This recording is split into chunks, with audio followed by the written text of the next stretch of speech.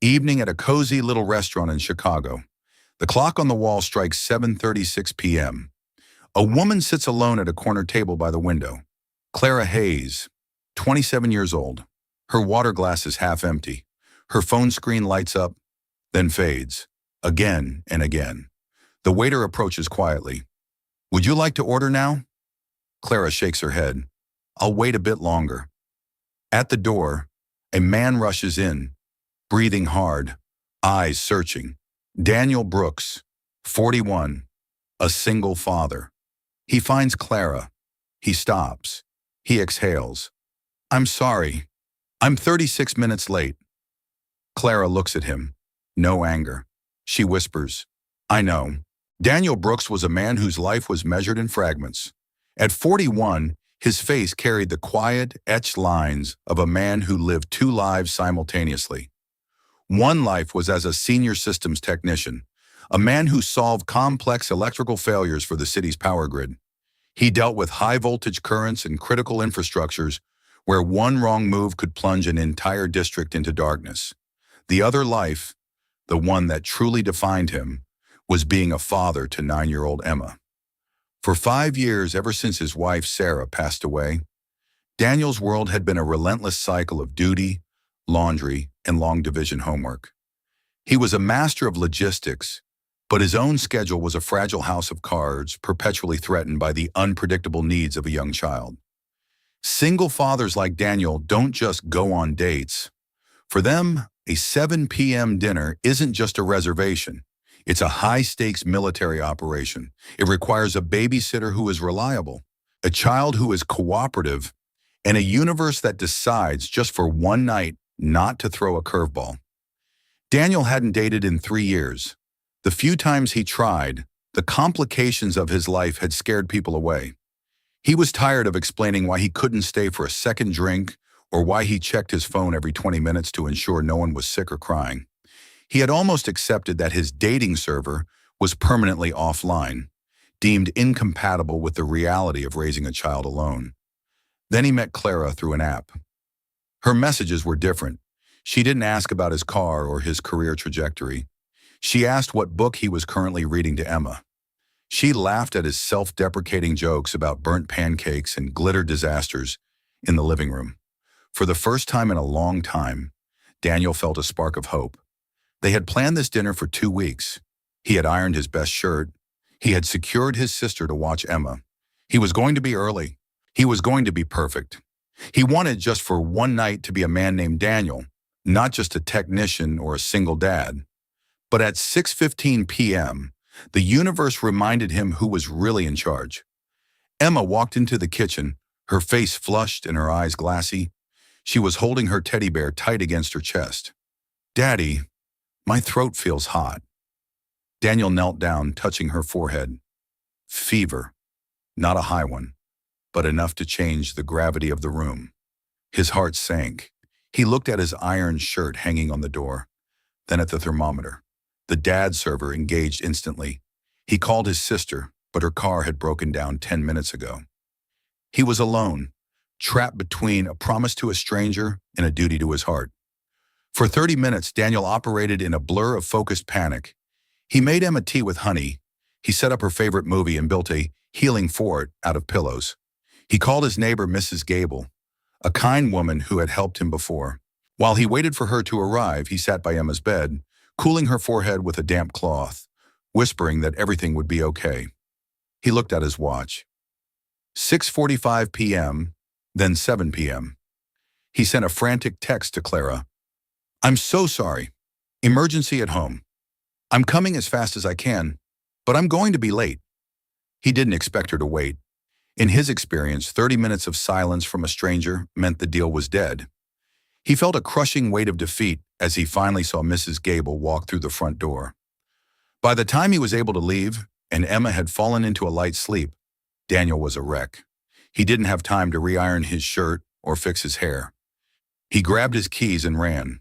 He navigated the Chicago traffic like a man possessed, his mind a whirlwind of guilt. He felt like a failure as a father for leaving his sick child, and a failure as a man for being that guy who misses the first impression. He expected to walk into an empty restaurant and a cold text saying, "Don't bother." As he parked the car and sprinted toward the restaurant, the digital clock on his dashboard flickered to 7:36 p.m. He was 36 minutes late. In the dating world, that was a lifetime. He pushed through the glass doors, his lungs burning, the scent of expensive pasta and wine hitting him like an accusation. He saw her. She was still there. She was looking at the window, her reflection calm against the city lights. Daniel stopped. He adjusted his collar, trying to catch his breath. He felt the weight of his reality, the scuffed shoes, the tired eyes, the missing 36 minutes. He walked to the table, prepared for the exit speech. "I'm sorry," he gasped, his voice raspy. "I'm 36 minutes late. I can explain, but I understand if you want to leave." Clara didn't stand up. She didn't look at her watch. She simply looked at him with a gaze that felt like a warm blanket on a cold night. "I know," she said softly. "Sit down, Daniel. Breathe. Your daughter is more important than the appetizers. I'm just glad you made it." Daniel sat, the air in the restaurant suddenly feeling easier to breathe. He realized then that he hadn't just arrived at a date, he had arrived at a moment of truth. Single parents don't lose control of time because they are irresponsible. They lose it because they are splitting one life into 1,000 tiny pieces to keep a child whole. They aren't late. They are just finishing a more important mission before they start the next one. Clara Hayes was 27, and she had spent most of her 20s being second best. She was a graphic designer who worked in a high-pressure studio where everything was measured in deadlines and billable hours. But Clara's internal clock was different.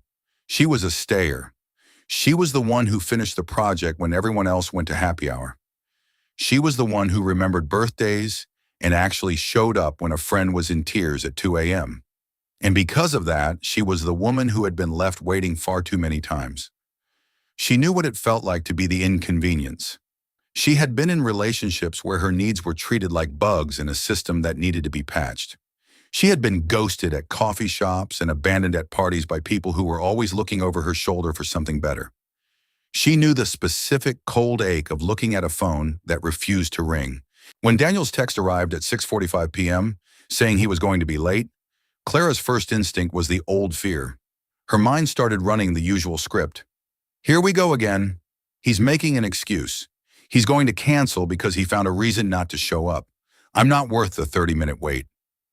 She looked at her reflection in the restaurant window. She looked polished, she looked ready, and yet she felt like she was standing on an island in the middle of a crowded ocean. The waiter had come by 3 times.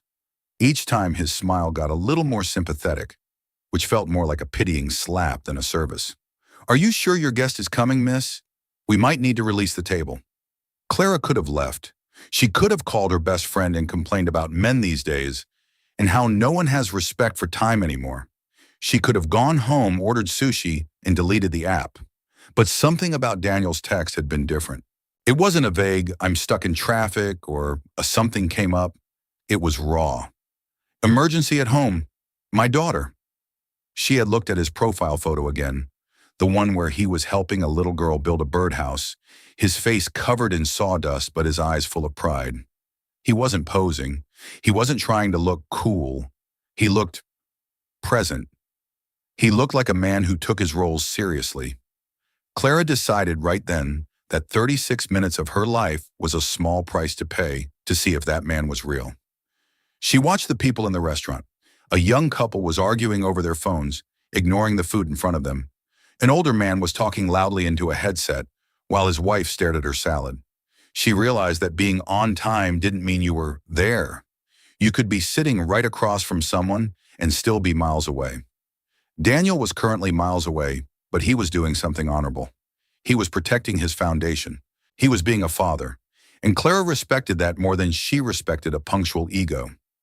As the clock ticked past the 30-minute mark, the restaurant became a theater of her own patience. She used the time to breathe, to really look at the city moving outside. She realized that the world is full of people who are too busy to wait for anything. Everyone wants the result without the process. Everyone wants the love without the labor. When the door finally opened and Daniel rushed in, he looked exactly like she hoped he would. He didn't look like a player with a rehearsed apology and a fake smile. He looked like a man who had just climbed a mountain through a blizzard. He was disheveled. His eyes were wide with a genuine, painful regret, and he looked terrified. Terrified that he had lost his chance before it even started. When he said, "I'm 36 minutes late," Clara didn't hear a failure. She heard an admission of a life that was full of meaning. She saw the grease on his knuckles and the way he clutched his keys like a lifeline. She realized that his lateness was actually a badge of honor. He had stayed until it was safe to leave. "I know," she said, and she meant it. She knew he was late. She knew why. And she knew that for the right person, 36 minutes is just a heartbeat in the grand scheme of things. As Daniel sat down, his hands still shaking slightly from the adrenaline, Clara reached across the table. She didn't take his hand, not yet, but she placed her fingers near his, a silent signal of, "I am still here, and you are safe." "Your daughter," Clara asked, her voice soft and inviting. "Emma, right? Is she okay now? Do you need to check your phone?" Daniel looked at her, and for a second he forgot about the menu, the waiter, and the missed 36 minutes. He saw a woman who wasn't judging him for his schedule or his wrinkled shirt. He saw a woman who was looking at his heart. Act 2 was the moment the bridge was built, not out of a perfect first impression, but out of a shared understanding of what it means to be valued. Clara wasn't waiting for a date. She was waiting for a person. And because she stayed, she was about to find the most honest man in Chicago. The dinner proceeded with a rhythm that was entirely, beautifully real. Daniel didn't lead with his resume or his accomplishments at the power grid. He didn't try to hide the mess of his life behind a corporate mask. He spent the first 10 minutes telling the truth about the fever, the broken car, the fort of pillows, and the panicked call to Mrs. Gable. "I almost canceled," Daniel admitted, staring at his wine glass. "I sat on the edge of her bed and thought, I can't do this. I can't try to be a normal guy when my life is a constant fire drill. I was sure that by the time I got here, you'd be a memory. I wouldn't have blamed you, Clara. Truly. My life is a lot to ask of a stranger. It's noisy, it's unpredictable, and I'm often very tired." Clara leaned forward, the candlelight reflecting in her hazel eyes. "Daniel, I didn't stay because I'm a saint. I stayed because you were honest. Most men would have lied. They would have said they were stuck in a high-level meeting or had a flat tire on the freeway.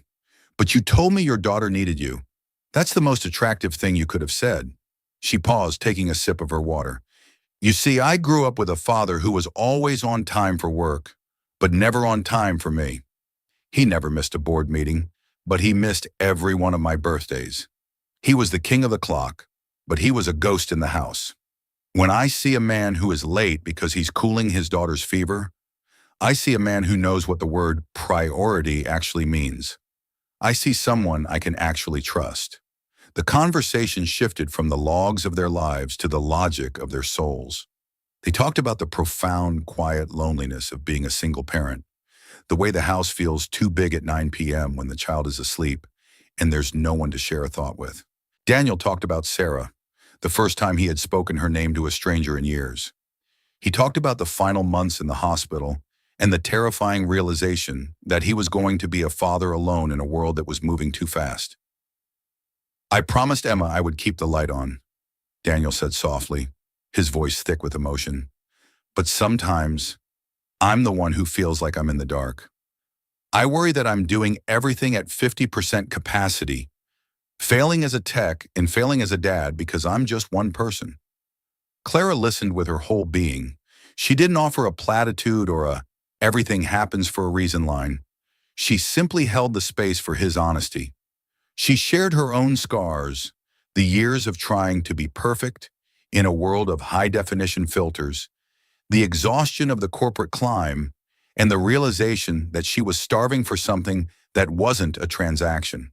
"We spend our whole lives trying to avoid being late or messy," Clara mused, her fingers tracing the rim of her glass. "But the best parts of life are usually the ones that don't fit in the planner. The 36 minutes I waited for you, that was the most peaceful time I've had all week. I wasn't rushing, I wasn't performing. I was just waiting for something real. and watching you walk through that door, looking like you'd fought a war just to get here. That told me everything I needed to know. The waiter arrived with their main course, but the professional mask of the restaurant had completely dissolved for them. They were in a world of two. Daniel realized that for the first time in 5 years, he wasn't performing the role of a father or a technician. He was just Daniel.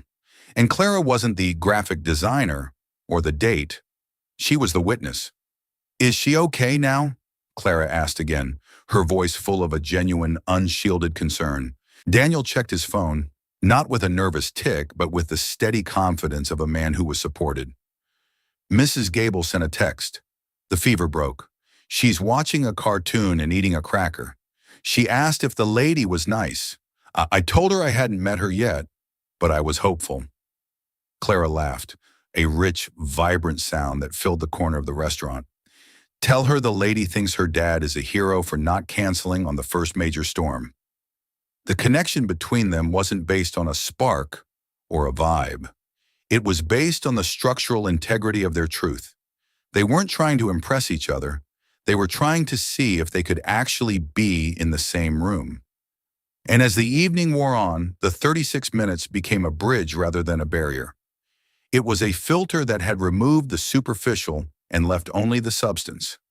Act 3 was the reconstruction of a soul. Daniel Brooks, the man who was always running, finally found a reason to sit still.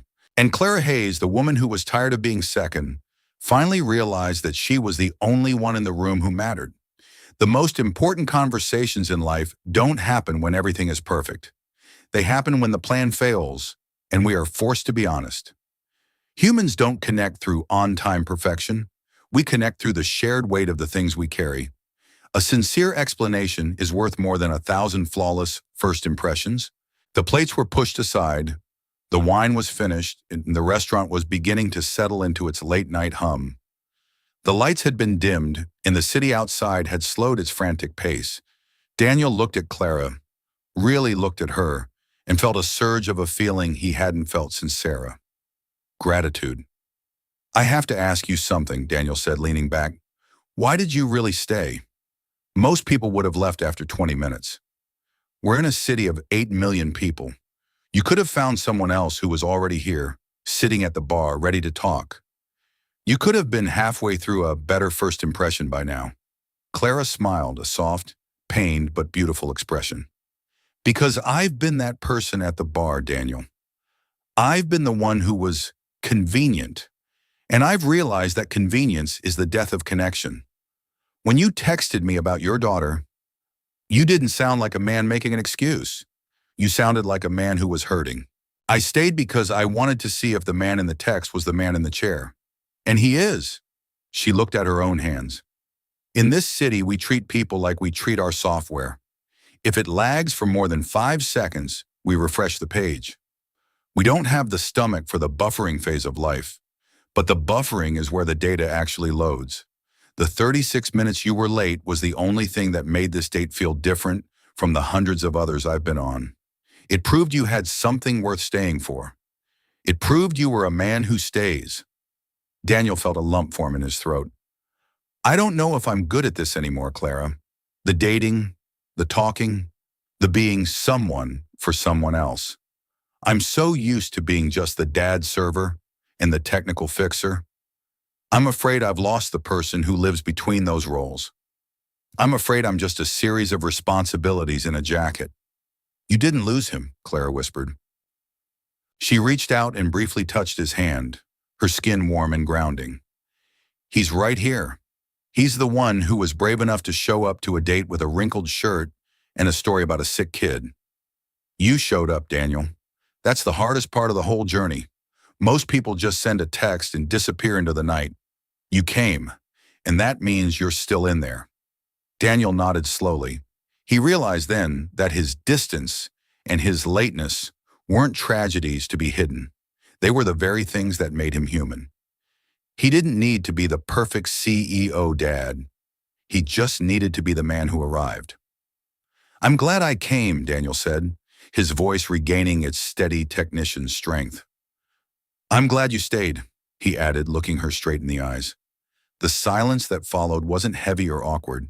It was the silence of two people who had finally found the frequency they were looking for. The 36 minutes was no longer a number on a clock. It was the foundation of their history. They had survived the first crisis of their relationship before they had even finished the breadsticks. In real life, value isn't measured by how fast you get there. It's measured by what you do when the road is blocked. You can be early to every meeting and still be a ghost. Or you can be 36 minutes late and be the most present person in the room. The truth is found in the effort to arrive, not just the arrival itself.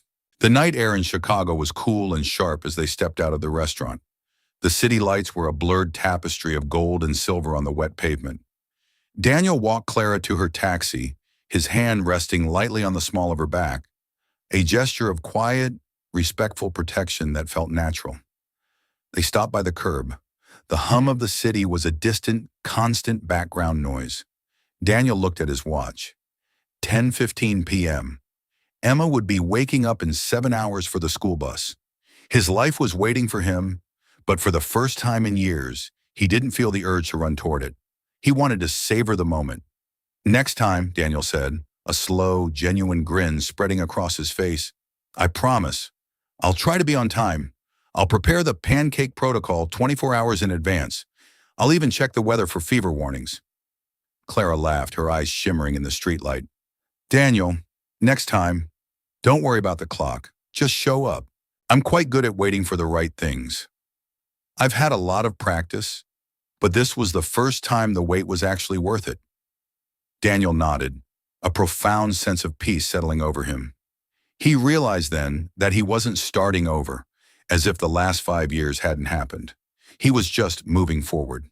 He wasn't replacing Sarah, and he wasn't failing Emma. He was just allowing himself to be a man who was seen by someone other than his daughter. "Good night, Clara," he said softly. "Good night, Daniel. Tell Emma the lady says she has excellent taste in fathers, and tell her I hope her fortress is still standing."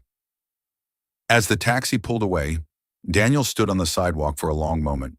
He didn't check his emails. He didn't worry about the logistics of tomorrow's power grid audit. He just stood in the silence of the night and breathed. He felt like he was finally back online. He drove home to his small, warm house. He walked inside and saw Mrs. Gable asleep on the sofa with a book on her chest. He walked into Emma's room and adjusted her blanket. The fever was gone. Her breathing was deep and rhythmic. He sat on the edge of her bed and realized that he hadn't lost anything tonight. He had gained a witness. The story of the single dad who was 36 minutes late wasn't a story about a failure. It was a story about the power of presence over perfection. It was a reminder that in a world full of people running toward the exit, the most heroic thing you can do is simply stay until the sun comes back out. Daniel Brooks was home, and for the first time in 5 years, the frequency was perfect. Real relationships don't start with a fairy tale. They start with two people who are tired of being perfect and ready to be real. They start with a late arrival, a sick kid, and a person who stays anyway. The most beautiful beginnings are the ones that are a little bit messy, because that's where the truth lives. Don't judge a person by the minutes they are late. Judge them by the integrity they carry when they finally arrive. A single dad's life is a masterpiece of small sacrifices, and the right person won't see the delay. They will see the man who refused to give up on either world. If you believe that showing up matters more than being perfect, subscribe for more stories like this. And tell me in the comments, would you have waited or walked away? Have you ever had a moment where someone's lateness actually made you respect them more?